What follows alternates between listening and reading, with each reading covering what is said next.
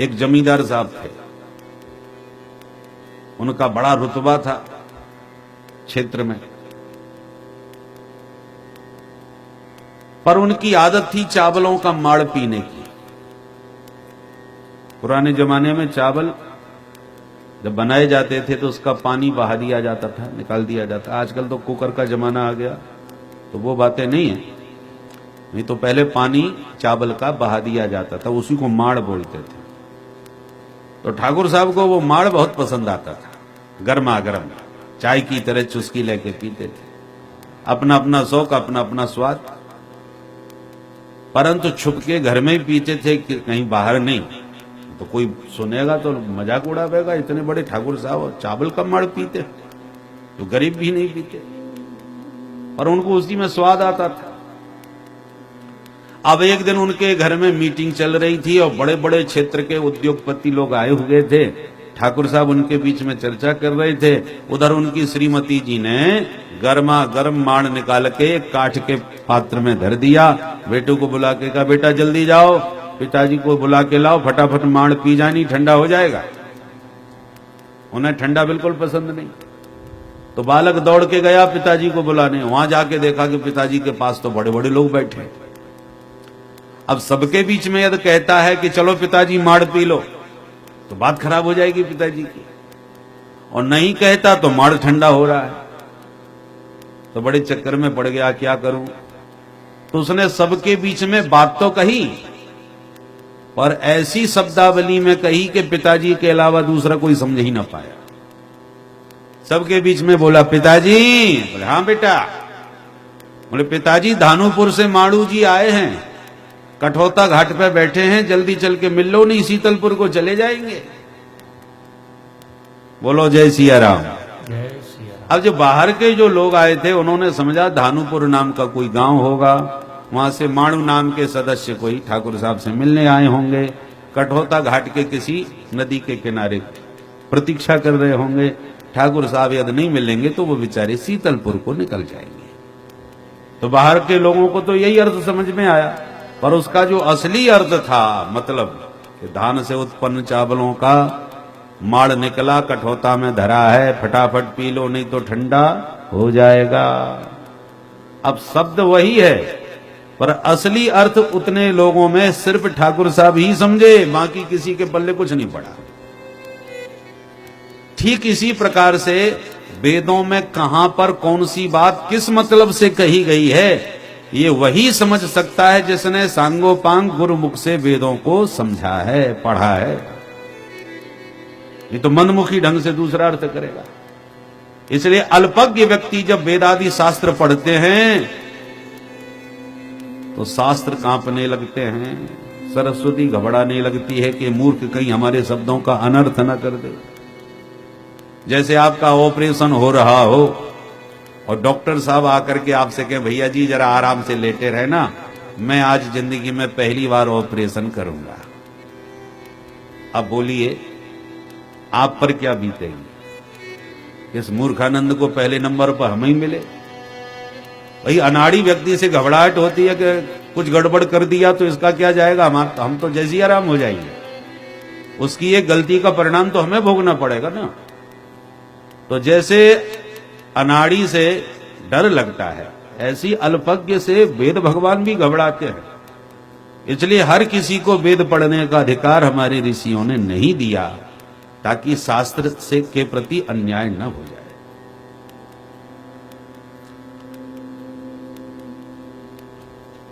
मुह्यन्ति यत्सूरयः, वेदों के तात्पर्य को समझने में बड़े बड़े विद्वान मोहित हो जाते हैं। तेजो वारि मृदाम यथा विनिमयो यत्र त्रिसर्गो मृषा। जिस परमात्मा की सत्य सत्ता के प्रभाव से यह असत जगत भी सत्यवत प्रतीत होता है। उदाहरण देते हैं, तेजो वारि मृदाम यथा, जैसे आप धूप में आए, सड़क पर गाड़ी चलाते हुए, तो प्रखर सूर्य की किरणों के प्रभाव से कभी कभी सड़क पर आपको पानी भरा जैसा नजर आता है। जबकि पानी की बूंद भी नहीं है। क्यों? किंतु सूर्य की तेज किरणों के प्रभाव से सूर्य की रश्मियों में ही हमें पानी की भ्रांति होने लगती है।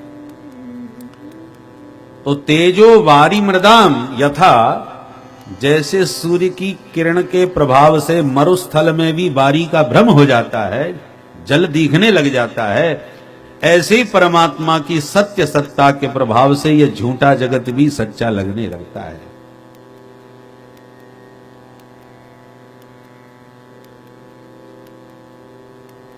यत्र त्रिसर्गो मृषा, सत्व रजतम, 3 गुणों से बना यह संसार है, त्रिगुणात्मक।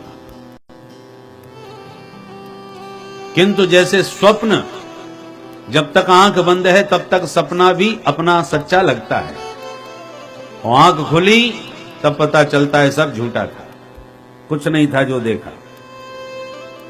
सपने होए भिखारी नृप, रंक नाक पति होए, पर जागे लाभ न हानि कछु, तिमि प्रपंच जिय जो।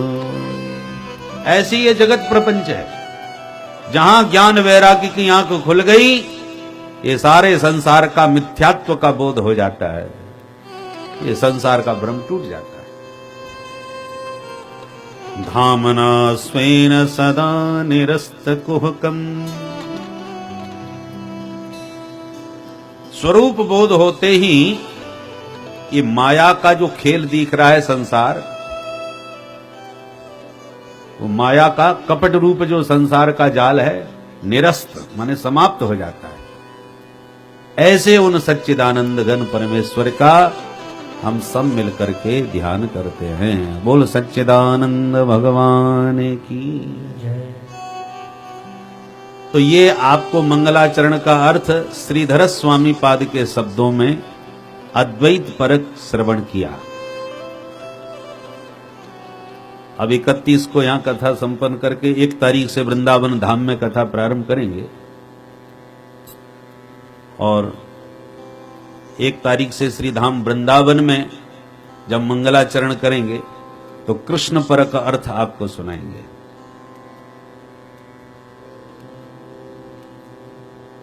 आचार्यों ने तो उसके बहुत सारे अर्थ किए हैं, पर ब्रज भूमि में जब कथा होगी तब ब्रज के कन्हैया का अर्थ, स्तुति का, इसी मंगलाचरण में इन्हीं शब्दों के माध्यम से बंशीधर स्वामी पाद ने जो अर्थ किया है उसकी चर्चा करेंगे। दूसरे श्लोक में अनुबंध चतुष्टय है, और इसमें 3 बार अत्र अत्र अत्र, व्यास जी ने 3 बार अत्र शब्द का प्रयोग किया है। धर्मः प्रोज्झित कैतवोत्र, अत्र श्रीमद् भागवते प्रोज्झित कैतवः परमो धर्मः निरूप्यते। इस ग्रंथ में व्यास जी महाराज निष्कपट परम धर्म का निरूपण करने जा रहे हैं। अत्र शब्द में यह ध्वनि है कि अत्रैव निरूप्यते नान्यत्र। इसी ग्रंथ में निष्कपट परम धर्म का विवेचन आपको प्राप्त होगा, अन्य किसी ग्रंथ में मिलने वाला नहीं है। धर्मः प्रोज्झित कैतवोत्र, प्रोज्झित कैतवः माने निष्कपट, निष्कपट परम धर्म का वर्णन है। बंशीधर स्वामी पाद तो कहते हैं अत्रप रमः, ये ग्रंथ में अत्रप रमः मतलब न विद्यते त्रपा लज्जा दंडवत प्रणत्यादिषु ते अत्रपाः वैष्णवादयः ते यत्र रमन्ते क्रीडन्ते। अर्थात वैष्णवों को, भगवान के भक्तों को किसी भी संत महापुरुष विद्वानों के चरणों में प्रणाम करने में कहीं भी संकोच नहीं लगता। रास्ते में भी कोई महापुरुष दिख गया तो साष्टांग लेट के दंडवत करते हैं भक्त लोग। तो न विद्यते कृपा, उन्हें कहीं भी दंडवत करने में संकोच नहीं लगता महापुरुषों को। ऐसे वैष्णव हैं अत्रपा, वैष्णवादय। और वो वैष्णव जिस ग्रंथ में निरंतर रमण करते हैं, क्रीड़ा करते हैं, विहार करते हैं, ऐसे वैष्णवों का ग्रंथ है ये श्रीमद् भागवत महापुराण। यद वैष्णवानाम धनम धर्मः प्रोज्झित कैतवोऽत्र परमो निर्मत्सराणां सताम्। बोले साहब, इस ग्रंथ के श्रवण करने का अधिकारी कौन है? तब कहते हैं अधिकारी है निर्मत्सर। निर्मत्सर माने निर्गता मत्सरः, जिसके भीतर से मच्छर निकल गया हो। भीतर भी मच्छर होते हैं क्या? बोले हाँ, बाहर से ज्यादा खतरनाक मच्छर हमारे भीतर घुसे हैं। अंतर सिर्फ इतना है कि बाहर से जो काट रहे हैं वो मच्छर, और भीतर रह के जो काट रहे हैं उनका नाम है मत्सर। मत्सर माने मत्तः अग्रे सरती, ये व्यक्ति मुझसे इतना आगे निकल गया, अब मैं भले ही मिट जाऊं या बर्बाद हो जाऊं या कुछ भी हो जाए, पर इसको ठिकाने लगा के छोड़ूंगा, इसको जहां की तहां पहुंचा के रहूंगा। तो अपनी हानि करके भी दूसरे की हानि करे, उसका नाम है मात्सर्य। और ऐसे मात्सर्य से रहित जिनका हृदय है वे भागवत के उत्तम अधिकारी पात्र हैं। और सोच लीजिए, परोत्कर्ष असहनम मत्सरः तदरहितानाम निर्मत्सराणाम। जब दूसरे की तरक्की, दूसरे की प्रतिष्ठा, दूसरे का वैभव देख देख करके आपका मन हृदय आनंद से भरने लगे कि वाह, भगवान ने कैसी कृपा करी, इस व्यक्ति को हमने देखते देखते कहां तक ऊंचे पहुंचते हुए देखा है। भगवान ऐसी सब पर कृपा बरसाते रहें, प्रभु ऐसे ही सबका मंगल करें, सर्वे भवन्तु सुखिनः। ये भाव आपके भीतर जागने लगे, तब समझो आप भागवत सुनने के अधिकारी बने। क्योंकि पदार्थ यदि दिव्य है तो पात्र भी पवित्र होना चाहिए। गाय का दूध तो अमृत है, परंतु बर्तन भी तो साफ होवे, नहीं तो खट्टे बर्तन में दूध रख दोगे तो सारा दूध ही फट जाएगा, तो तस्मै रबड़ी कुछ नहीं बनने वाली फिर। इसी प्रकार से भागवत रूपी अमृत पीने का पात्र वही है जिसके हृदय में मात्सर्य समाप्त हो गया हो। दूसरों की प्रतिष्ठा और उत्कर्ष से जिसको हर्ष प्राप्त होता हो, वही भागवत सुनने का परम पात्र है। अच्छा, सुनने से फायदा क्या होता है? तो फायदे भी गिना रहे हैं। वेद्यम वास्तवमत्र वस्तु शिवदम तापत्रयोन्मूलनम। अब पुनः अत्र शब्द का प्रयोग किया। वेद्यम वास्तवमत्र, अत्र वास्तव वस्तु वेद्यम। इस ग्रंथ में आपको वास्तव वस्तु का बोध कराया जाएगा। ये वास्तव वस्तु क्या है? वास्तवो जीवः, वास्तवी माया, वास्तवम जगत। जीव, जगत और माया को वास्तव कहा जाता है। तो जीव, जगत और माया के स्वरूप का तुम्हें बोध हो जाएगा। अच्छा, ज्ञान होने से क्या हो जाएगा? बोले शिवदम। यदि इनका तुम्हें ज्ञान हो गया तो तुम्हारा कल्याण ही हो गया। अच्छा, कल्याण तो मरने के बाद होगा। मरने के बाद कौन कहां गया, किसने देखा, प्रत्यक्ष तो कुछ समझ में आता नहीं। मरने के बाद हर व्यक्ति के आगे या तो स्वर्गवासी लिख दिया जाता है, साकेतवासी, गोलोकवासी, वैकुंठवासी, यही सब लिखा जाता है। कितना भी पापी व्यक्ति मरा हो, पर उसके मरने के बाद नरकवासी फलाना कोई नहीं लिखेगा, जबकि सब समझ रहे हैं ये पापी नरक में ही गया होगा, परंतु लिखेगा तो कोई नहीं। तो ये परोक्ष विषय है कि मर के व्यक्ति कहां गया। प्रत्यक्ष लाभ क्या हुआ भागवत का? बोले प्रत्यक्ष लाभ यदि चाहते हो तो प्रत्यक्ष लाभ यह है कि तापत्रयोन्मूलनम। तुम्हारे जीवन के दैहिक, दैविक, भौतिक तीनों ताप सर्वथा समाप्त हो जाएंगे। उन्मूलनम,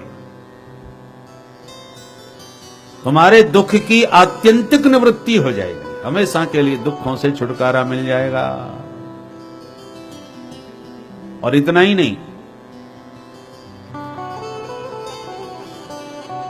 क्या इस श्रीमद् भागवत जो वेद व्यास जी महाराज ने प्रकट किया है, इसके श्रवण करने पर भी तुम्हें परमात्मा की प्राप्ति नहीं होगी। किंबा परहि ईश्वर,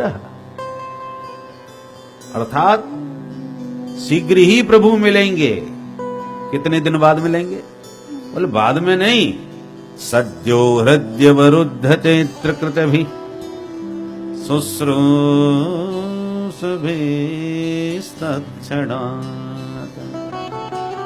सद्य, शीघ्र ही। कितने शीघ्र भाई, कितनी जल्दी? बोले तत्क्षणात, उसी क्षण। किस क्षण? शुश्रूष भी, श्रोतुम इच्छत भी।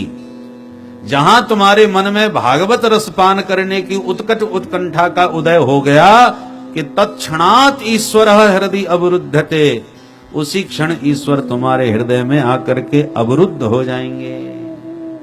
बोलो जय सिया राम। जय सिया। अवरुद्धते, विराजते नहीं कहा।